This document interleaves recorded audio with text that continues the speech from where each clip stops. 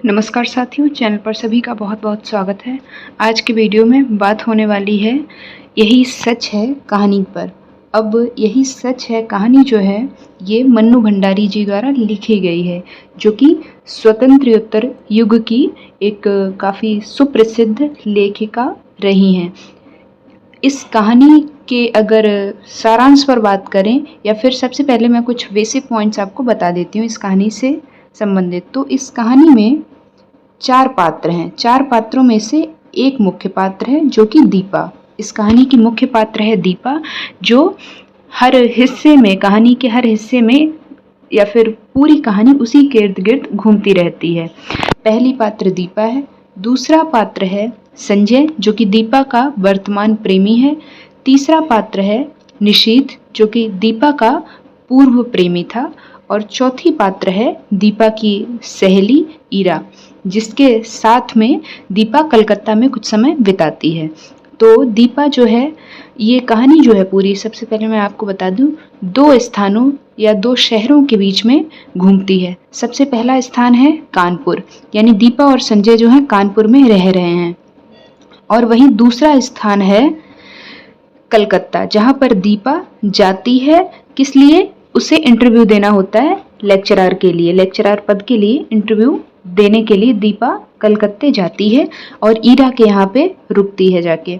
लेकिन वहीं पर एक कॉफ़ी हाउस में दीपा की मुलाकात होती है अपने पूर्व प्रेमी निशीथ से। तो ये आप अब समझ गए होंगे कि कहानी 2 शहरों के बीच में घूमेगी, जिनमें से दीपा अपने वर्तमान प्रेमी के साथ में, जिसका नाम संजय है, उसके साथ में कानपुर में रह रही है, और निशीथ से उसकी मुलाकात होगी, जो कि उसका पूर्व प्रेमी है, जहां ईरा से मिलने जाती है। और ईरा के साथ में जब वो कॉफ़ी हाउस में बैठी चाय या कॉफ़ी आदि पी रही होती, तभी उसकी मुलाकात निशीथ से होती है। तो ये इसकी कुछ बेसिक पॉइंट्स थे जो कि आपको पता होने चाहिए। तो कहानी इस तरह से चलती है।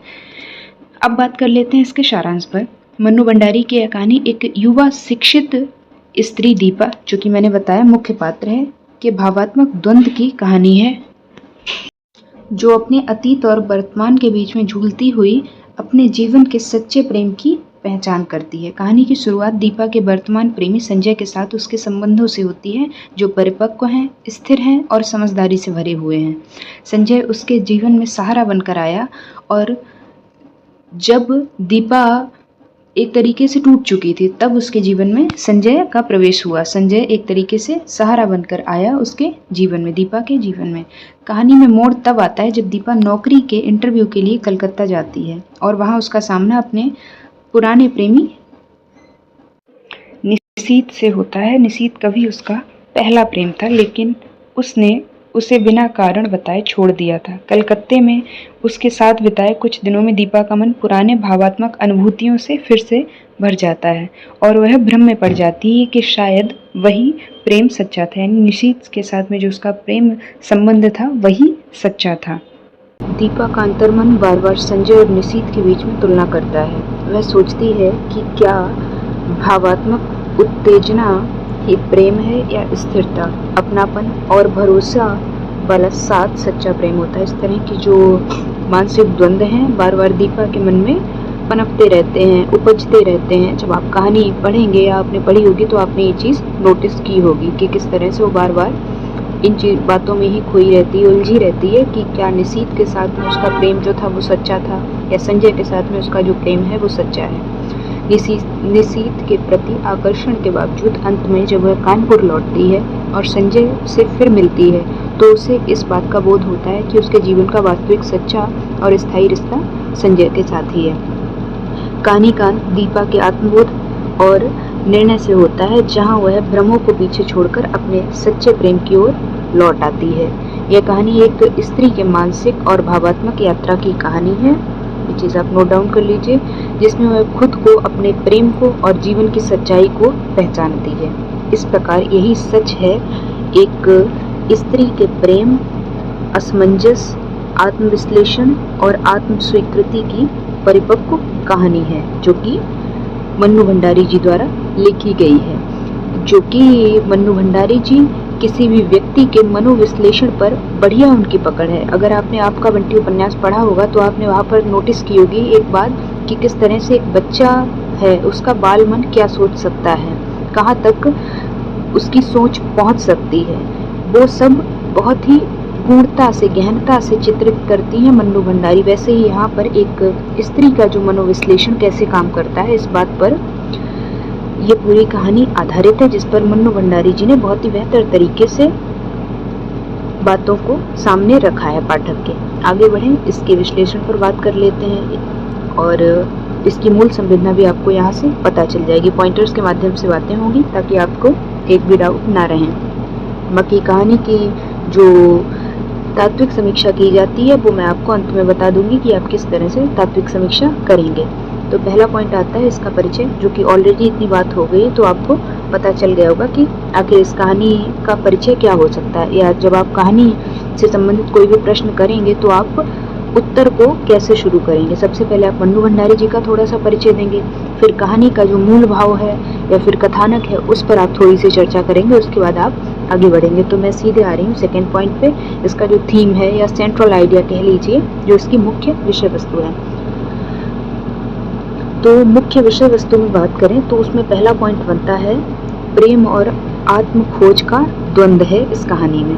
कहानी में दीपा दो पुरुषों के बीच में झूल रही है। एक तो निशीथ है जो उसका अतीत का प्रेम है, और वहीं दूसरा है संजय जो उसका वर्तमान का साथी है, जो उसे अपनापन, स्थायित्व और सम्मान देता है। यहाँ पर एक उदाहरण भी मैंने कोट किया है कि तुम्हारा मेरा प्यार ही सच है, निशीथ का प्यार तो मात्र छल था, भ्रम था, झूठ था। ये जो संवाद है, ये डायलॉग दीपा द्वारा कहा गया है। जब संजय के मन में थोड़ी बहुत, दीपा को ऐसा महसूस होता है कि निशीथ को लेकर थोड़ी बहुत बातें हैं, कि वो निशीथ को लेकर कहीं ना कहीं असुरक्षा का भाव महसूस करता है, ऐसा दीपा को लगता है। तब ये संवाद दीपा द्वारा कहा गया है। आगे बढ़ें तो स्त्री का भावात्मक और बौद्धिक संघर्ष इस कहानी में दिखाई देता है। दीपा न केवल एक प्रेमिका है बल्कि वह शोधरत स्त्री है, यानी एक शोधार्थी है जो अपने करियर को लेकर भी गंभीर है। वह अपने समय, सोच और आत्मसम्मान की कद्र करती है। उदाहरण आया है कि वह क्यों नहीं समझता कि मेरा समय बहुत अमूल्य है, थीसिस पूरी करने के लिए अब मुझे सारा समय पढ़ाई में ही लगाना चाहिए।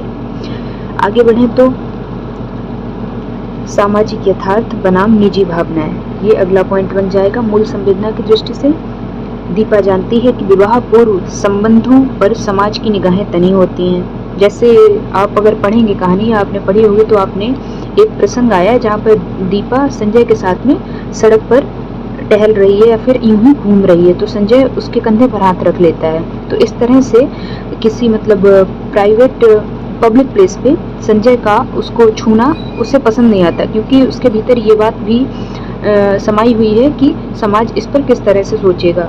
क्योंकि जाहिर सी बात है, एक जब आप पब्लिक प्लेस में ऐसे करते हैं तो बहुत लोग असहज हो जाते हैं। तो वैसे ही असहज महसूस कर रही है दीपा कि उसे मतलब लोगों की भी काफ़ी फिक्र है कि चार लोग क्या सोचेंगे ऐसे वैसे। वह संकोच, अपराध बोध, आत्मविश्लेषण से गुजरती हुई नजर आती है। तीसरा पॉइंट आता है इसका मूल संवेदना या फिर इसका जो कोर है, यानी इसका जो क्रक्स है, जो मूल बात या मूल संदेश या मूल भाव या मूल स्वर, ये सारे शब्द जो हैं एक ही अर्थ के द्योतक हैं। तो आप इसको ऐसे समझ सकते हैं कि आत्मसंघर्ष की गहराई पहला पॉइंट बनता है। दीपा के भीतर लगातार चल रहा अंतर्द्वंद कहानी की मूल संवेदना है। निशीथ से पुराना प्रेम उसे खींचता है, लेकिन संजय का स्नेह उसे सुरक्षा और स्थायित्व देता है। उदाहरण है, सोचती हूँ निशीथ के चले जाने के बाद मेरे जीवन में एक विराट शून्यता आ गई थी। तुम पूरक थे, तुम यानी कि संजय। मैं गलती से तुम्हें प्रियतम समझ बैठी। यह संवाद बताता है कि संजय ने दीपा के जीवन में खोखलेपन को भरा, पर वह प्रेम नहीं था, ऐसा सोचती है दीपा जब वो कलकत्ते में निशीथ से मिलती है। तो उसके मन में आप देख सकते हैं निरंतर अंतर्द्वंद चलता रहता है, कहानी की शुरुआत से लेकर कहानी के अंत तक। दोनों में तुलना का भाव रहता है कि निशीथ जो है हर वक्त मतलब वक्त से पहले पहुंच जाता है, संजय जो है 2 घंटे लेट पहुंचता है। निशीथ बिना कहे उसकी तारीफ कर देता है, वहीं संजय कहने मतलब ऐसा समझिए संजय के लिए ही वो तैयार आदि होती है, फिर भी वो तारीफ आदि नहीं करता, इतनी चीज़ें नोटिस नहीं करता। तो ऐसे तुलना का भाव भी दिखाई देता है। बार बार दीपा दोनों लोगों के बीच में तुलना करती हुई नजर आती है इस कहानी में।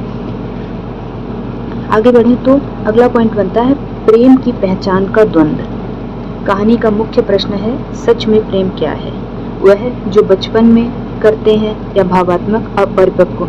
जो बचपन में प्रेम हुआ स्कूल के समय में वो भावात्मक था, यानी भावनाओं में बहकर वो प्रेम हुआ था, इसलिए वो परिपक्व नहीं था। या वह जो परिपक्वता के साथ आता है, यानी एक जब आप उम्र सीमा पर पहुंच जाते हैं तब वो प्रेम जो आप प्राप्त करते हैं वो परिपक्व कहलाता है। तो उसमें विश्वास होता है, समझ होती है, स्थायित्व होता है। तो यही यहाँ पर द्वंद्व चल रहा है कि निशीथ के साथ जो स्कूल के समय में, स्कूल के दौरान में मुझे प्रेम हुआ था, दीपा ये बात सोच रही है, वो सच था या जो अभी संजय मेरा वर्तमान प्रेमी है ये प्रेम सच है। तो ये द्वंद्व चलता रहता है। पहला प्रेम ही सच्चा प्रेम होता है, ये दीपा मतलब अपने मन में ये बात सोचती है। बाद में किया हुआ प्रेम तो अपने को भूलने का, भरमाने का प्रयास मात्र होता है। आगे बढ़ें तो अगला पॉइंट आता है निर्णय की पीड़ा और सत्य की खोज। जाहिर सी बात है पूरी कहानी में वो जो दीपा है वो निर्णय ही नहीं कर पाती कि वाकई में सच क्या है। हमेशा जब वो संजय के साथ में रहती तो उसे लगता है यही सच है, इसीलिए कहानी का शीर्षक भी यही सच है रखा गया है। जब वो निशीथ के साथ में होती तो उसे लगता है कि यही सच है। तो इस वजह से निर्णय की पीड़ा दिखाई देती है और सत्य की खोज करते हुए नजर आती है दीपा।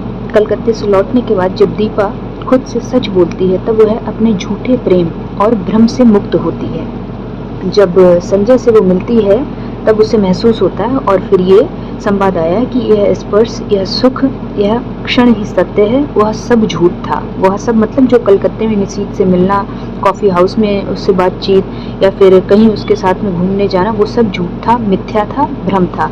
यह स्पर्श यानी जो संजय से उसे प्राप्त हुआ है, यह सुख, यह क्षण ही सत्य है, बाकी सब झूठ है।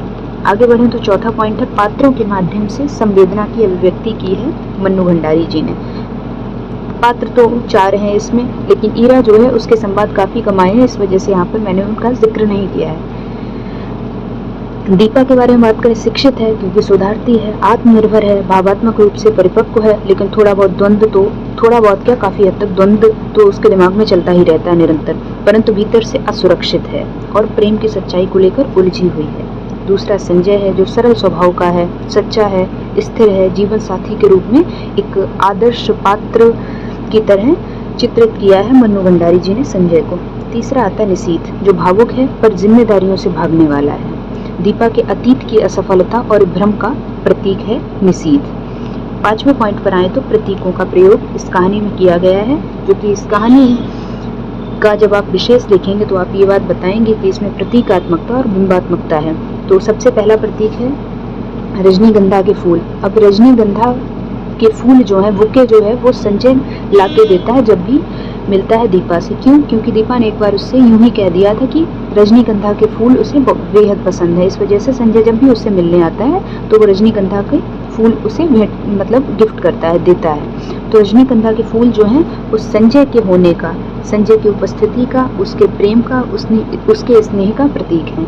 तो ये बात आप यहाँ पर समझ पा रहे होंगे। यहाँ एक उदाहरण भी मैंने दे दिया है। दूसरी बात आती है स्पर्श, सत्य की पहचान का माध्यम बनता है, जो कि कहानी के अंत में आता है कि संजय का जब स्पर्श दीपा को मिलता है तब उसे सत्य की पहचान हो पाती, तभी वो सोचती है कि वो सब तो मिथ्या था, यही सच है और यही सत्य है। यहाँ पर ये एग्जाम्पल भी मैंने दिया है कि मुझे लगता है यह स्पर्श, यह सुख, यह क्षण ही सत्य है, बाकी सब झूठ था, मिथ्या था। ये बात मैंने ऑलरेडी ऊपर पढ़ ली थी। आगे बढ़े तो निष्कर्ष पर बात कर लेते हैं। निष्कर्ष पर बात करें तो यही सच है, एक स्त्री के मानसिक संसार की यात्रा है जिसमें वह अतीत और वर्तमान के बीच में जूझती हुई नजर आती है, यानी इधर उधर डोलती हुई नजर आती है। अतीत में और वर्तमान के मध्य की जो एक रेखा है उसके बीच में दीपा जो कहानी की मुख्य पात्र है, नायिका है, वो उसमें डोल रही है, वर्तमान को समझती है और अंततः अपने भीतर के सच को कहानी के अंत तक आते आते पहचान लेती है। यह केवल प्रेम की कहानी नहीं है, बल्कि यह स्वयं को पहचानने की, स्वीकारने की, यानी जो चीजें जैसी हैं एज इट इज उन्हें स्वीकार करने की और सच्चाई को स्वीकार करने की कहानी है।